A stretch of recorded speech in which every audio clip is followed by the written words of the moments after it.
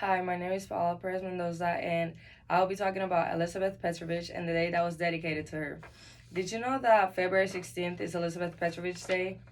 She's one of the only female Alaskan Native civil rights activists, and I feel like in school we always learn about different civil rights and different activists and everything, but we never learn about her. And she was a woman as resilient as Rosa Parks, fighting for their own communities and fighting for the equalities that they need for their race or that they should deserve for their own race. And she has a day dedicated to her because of the great effort to eliminate that she put to eliminate discrimination and to bring equal rights in Alaska. Elizabeth moved to Juneau, Alaska, and while being the only native living there, she and her husband started an anti-discrimination bill in 1941.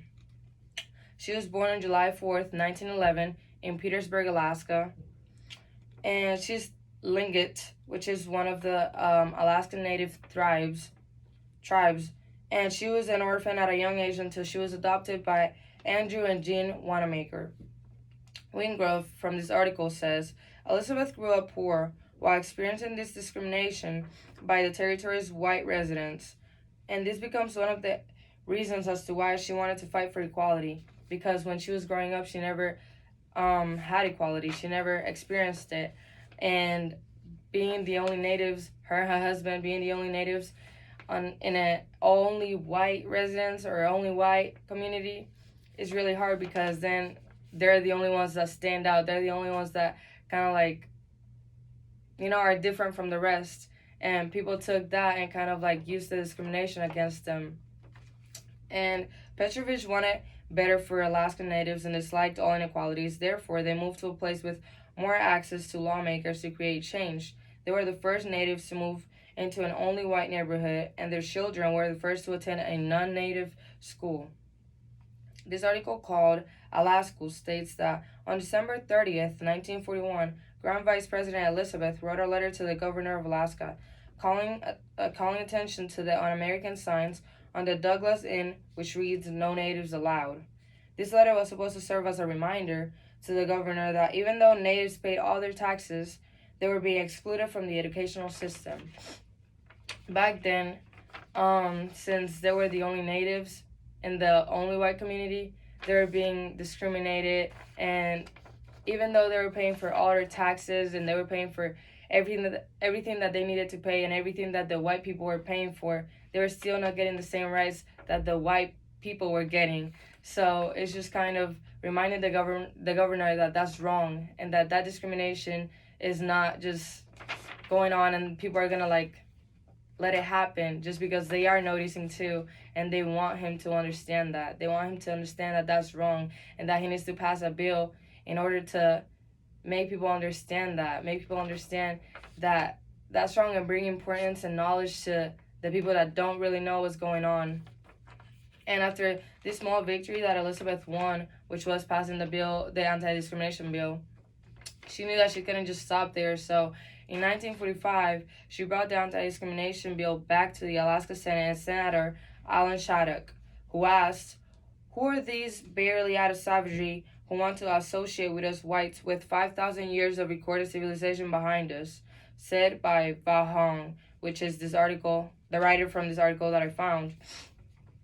And the senator was asking, like, who are these natives that want to associate with us whites? Like, why are they trying to, like, if they're not part of the white people, if they're not part of our race? But Elizabeth replied, "I would not have expected that I, who am barely out of savagery, would have to remind gentlemen with 5,000 years of recorded civilization behind us." Elizabeth fought for equality at all costs, explaining every injustice that she has gone through and her family as well. Because there was a lot of discrimination that her and her family had to go through, and her growing up, like, she always experienced like discrimination.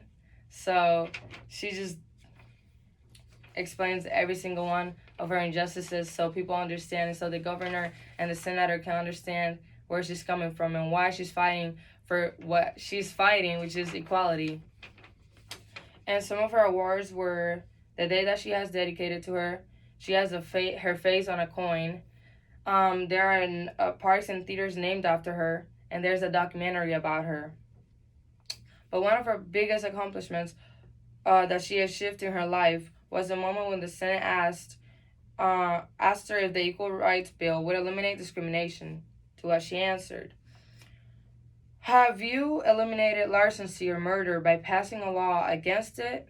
No law will eliminate crimes, but at least you as legislators can assert to the world that you recognize the evil of the present situation and speak your intent to help us overcome discrimination," which is this quote that I found from this article called Alaska Women's Hall of Fame. And she's trying to explain to them that even though there are laws against murder, against robbery, against everything, those crimes are still going on. Those crimes are still happening. The law will not stop that from happening. It just brings awareness to people to understand that that's wrong and to understand that there are consequences there are consequences if you do that kind of stuff. But